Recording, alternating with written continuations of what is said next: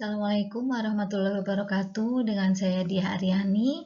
Kembali kita belajar pada manajemen investasi. Untuk pertemuan kedua kali ini kita akan membahas mengenai kelembagaan dan instrumen pasar modal. Dalam mengatur kegiatan pasar modal di Indonesia, Menteri Keuangan membawahi Badan Pengawas Pasar Modal dan Lembaga Keuangan atau Bapepam LK. Lembaga ini membantu pemerintah untuk mewujudkan industri pasar modal dan lembaga keuangan non-bank yang sehat, sehingga dapat menjadi salah satu penggerak perekonomian Indonesia. Dapat kita lihat di sini struktur pasar modal Indonesia dengan Menteri Keuangan sebagai penanggung jawab utama, kemudian di bawahnya dibantu dengan Badan Pengawas Pasar Modal dan Lembaga Keuangan, dibantu pula oleh Bursa Efek Indonesia, dan di sini sebagai pelaku lembaga clearing dan penjamin di Indonesia dilakukan oleh PT KPEI, yaitu PT Clearing Penjaminan Efek Indonesia. Kemudian sebagai lembaga penyimpanan dan penyelesaian dilakukan oleh PT KSEI, yaitu PT Kastedian Sentral Efek Indonesia. Selain itu dibantu pula oleh pihak-pihak seperti perusahaan efek, kemudian lembaga penunjang, profesi penunjang, investor, dan emiten perusahaan reksadana. Dalam mencapai tujuannya, Badan Pengawas Pasar Modal dan LK memiliki visi dan misi, yaitu yang pertama visi dan misi Bapepam LK, yaitu menjadi otoritas pasar modal dan lembaga keuangan yang amanah dan profesional yang mampu mewujudkan industri pasar modal dan lembaga keuangan non-bank sebagai penggerak perekonomian nasional yang tangguh dan berdaya saing global. Sementara untuk misi di bidang ekonomi, yaitu menciptakan iklim yang kondusif bagi perusahaan dalam memperoleh pembiayaan bagi pemodal dalam memilih alternatif investasi pada industri pasar modal dan jasa keuangan non-bank. Kemudian yang ketiga yaitu misi bidang kelembagaan, mewujudkan Bapepam LK menjadi lembaga yang melaksanakan tugas dan fungsinya, yaitu memegang teguh pada prinsip transparansi, akuntabilitas, independensi, integritas, serta senantiasa mengembangkan diri menjadi lembaga berstandar internasional. Untuk misi sosial budaya, di sini Bapepam LK ingin mewujudkan masyarakat Indonesia yang memahami dan berorientasi pasar modal dan jasa keuangan non-bank dalam membuat keputusan investasi dan pembiayaan. Lembaga pasar modal di Indonesia ada 14, diantaranya yaitu Bursa Efek, perusahaan efek, nasihat investasi, lembaga clearing dan penjaminan, serta lembaga penyimpanan dan penyelesaian. Untuk fungsi serta tugas-tugasnya akan saya jelaskan pada akhir slide pada materi kali ini. Sejarah perkembangan pasar modal Indonesia dimulai dengan pembentukan Bursa Efek Batavia, kemudian penerbitan obligasi pemerintah Indonesia, pembentukan Bapepam, dan diikuti dengan penerbitan paket-paket deregulasi hingga diterbitkannya Undang-Undang Nomor 8 tentang Pasar Modal. Dalam pasar modal banyak terdapat instrumen yang ditawarkan, yaitu antara lain saham, obligasi, reksadana, kemudian RAIK, waran. Kita akan bahas satu persatu sesuai jenis dan karakteristiknya dari tiap instrumen pasar modal tersebut. Instrumen pasar modal pertama yang akan kita bahas yaitu saham. Di sini saham merupakan instrumen pasar keuangan yang paling populer. Kenapa paling populer? Karena saham merupakan instrumen investasi yang banyak dipilih para investor karena saham mampu memberikan tingkat keuntungan yang menarik. Saham dapat diartikan sebagai tanda penyertaan modal seseorang atau pihak atau badan usaha dalam suatu perusahaan atau perseroan terbatas.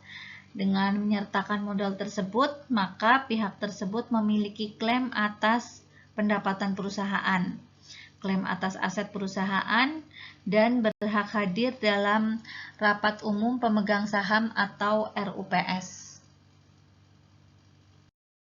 Saham dibagi menjadi dua, yaitu saham biasa dan saham preferen. Saham biasa memiliki karakteristik yaitu hak klaim terakhir atas aktiva perusahaan jika perusahaan dilikuidasi. Kemudian yang kedua, hak suara proporsional pada pemilihan direksi serta keputusan lain yang ditetapkan pada RUPS. Kemudian dividen jika perusahaan memperoleh laba dan disetujui di dalam rapat umum pemegang saham. Dan yang terakhir, hak memesan efek terlebih dahulu sebelum efek tersebut ditawarkan kepada masyarakat.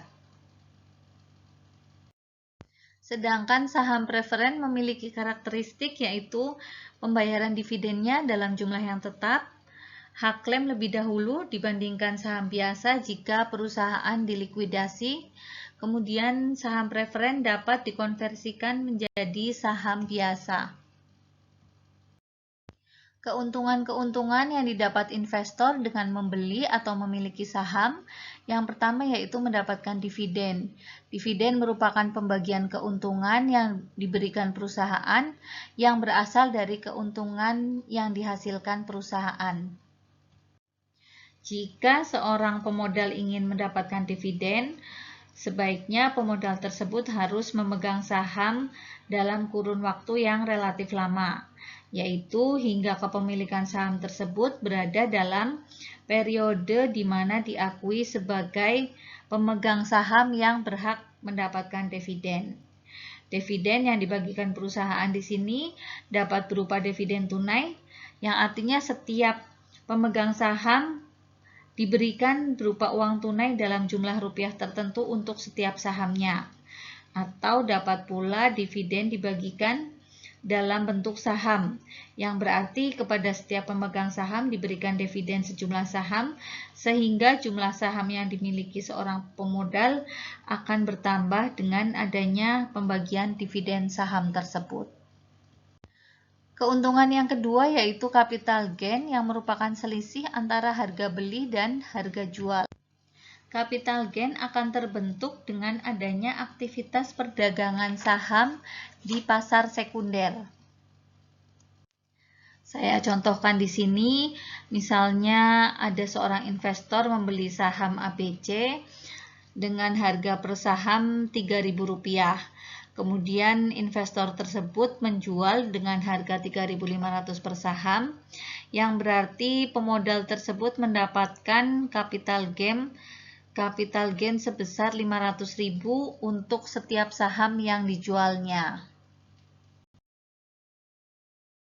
Selain keuntungan yang didapat oleh investor dalam pembelian saham, investor juga ada kemungkinan mengalami risiko dalam pembelian saham, seperti misalnya capital loss dan risiko likuidasi. Risiko capital loss itu kondisi di mana investor menjual saham lebih rendah dari harga beli. Kemudian risiko likuidasi yaitu perusahaan yang sahamnya dimiliki dinyatakan bangkrut oleh pengadilan atau perusahaan tersebut dibubarkan. Capital loss di sini saya contohkan yang merupakan kebalikan dari capital gain ya, yaitu misal suatu kondisi di mana investor menjual saham lebih rendah dari harga beli. Misalnya PT XYZ yang dibeli dengan harga 2.000 per saham, kemudian harga saham tersebut terus mengalami penurunan hingga mencapai 1.400 per saham. Karena takut harga tersebut terus turun, investor menjual pada harga 1.400, sehingga mengalami kerugian Rp600 per saham. Dan resiko likuidasi, dalam hal ini hak klaim dari pemegang saham mendapat prioritas terakhir setelah seluruh kewajiban perusahaan dapat dilunasi dari hasil penjualan kekayaan perusahaan. Jika masih terdapat sisa dari hasil penjualan kekayaan perusahaan, maka dibagi secara proporsional kepada seluruh pemegang saham. Namun, jika tidak terdapat sisa kekayaan perusahaan, pemegang saham tidak akan memperoleh hasil dari likuidasi tersebut. Kondisi ini merupakan risiko terberat dari seorang investor atau pemegang saham. Untuk itu, seorang pemegang saham dituntut secara terus-menerus berkesinambungan mengikuti perkembangan kondisi perusahaan. Di pasar sekunder atau dalam aktivitas perdagangan saham sehari-hari, harga saham mengalami fluktuasi, baik berupa kenaikan maupun penurunan. Hal tersebut terjadi karena adanya permintaan dan penawaran atas saham, sehingga terdapat cara berinvestasi dalam instrumen saham dapat dilihat dari sisi waktu atau dapat pula dilihat dari harga. Di sini kita akan membahas terlebih dahulu untuk cara berinvestasi saham dilihat dari sisi waktu. Terbagi menjadi dua, yaitu yang pertama order harian. Di sini pialang berupaya memenuhi order hari itu juga, bila tidak dapat berarti gagal. Kemudian untuk open order, order tetap berlaku sampai pialang dapat memenuhi atau investor membatalkan. Selain order dari sisi waktu, order juga bisa dilakukan berdasarkan harga yang terbagi dalam 3 jenis, yaitu market order, limit order, dan stop order. Untuk market order, pialang diminta membeli atau menjual pada harga pasar. Kemudian untuk limit order, pialang diminta untuk menjual saham pada harga minimal tertentu atau membeli saham pada harga maksimal tertentu. Jadi di sini ada batas minimal dan ada batas maksimal. Kemudian stop order, investor menentukan stop price untuk melindungi dari kerugian yang mungkin terjadi. Stop price order yaitu penjualan di bawah harga pasar pada saat order diberikan. Sedangkan order pembelian di atas harga pasar pada saat order diberikan. Instrumen pasar modal berikutnya yaitu obligasi. Di sini terbagi jenis-jenis obligasi, yaitu terdiri dari obligasi biasa maupun obligasi konversi. Obligasi biasa merupakan suatu bentuk hutang jangka panjang yang dikeluarkan oleh perusahaan atau pihak lain dengan kewajiban membayar bunga setiap periode tertentu dengan pokok pinjaman pada akhir periode atau jatuh tempo. Dan obligasi konversi yaitu obligasi yang dapat dikonversikan ke saham obligasi, yaitu merupakan surat berharga yang menunjukkan bahwa penerbit obligasi meminjam sejumlah dana kepada masyarakat dan memiliki kewajiban untuk membayar bunga secara berkala dan kewajiban melunasi pokok hutang pada waktu yang telah ditentukan kepada pihak pembeli obligasi tersebut. Sama seperti saham, obligasi juga memberikan keuntungan untuk investor, yaitu yang pertama memberikan pendapatan tetap atau fixed income berupa kupon. Hal ini merupakan ciri utama dari obligasi. Kemudian yang kedua yaitu keuntungannya atas penjualan obligasi tersebut atau capital gain.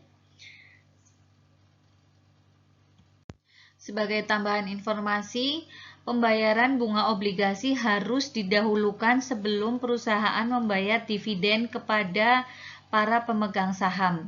Di samping itu, dalam posisi perusahaan penerbit mengalami likuidasi atau bubar, pemegang obligasi memiliki hak yang lebih tinggi atas kekayaan perusahaan dibandingkan dengan pemegang saham.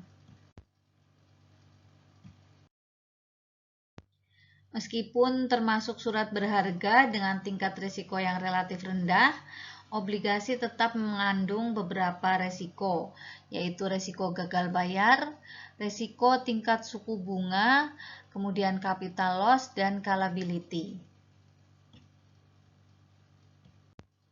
Risiko gagal bayar di sini yaitu merupakan risiko perusahaan saat tidak mampu membayar kupon obligasi, maupun risiko perusahaan tidak mampu mengembalikan pokok obligasi. Ketidakmampuan perusahaan dalam membayar kewajiban dikenal dengan istilah default. Walaupun risiko ini jarang sekali terjadi, namun dapat saja suatu ketika penerbit obligasi tidak mampu membayar baik bunga maupun pokok obligasi.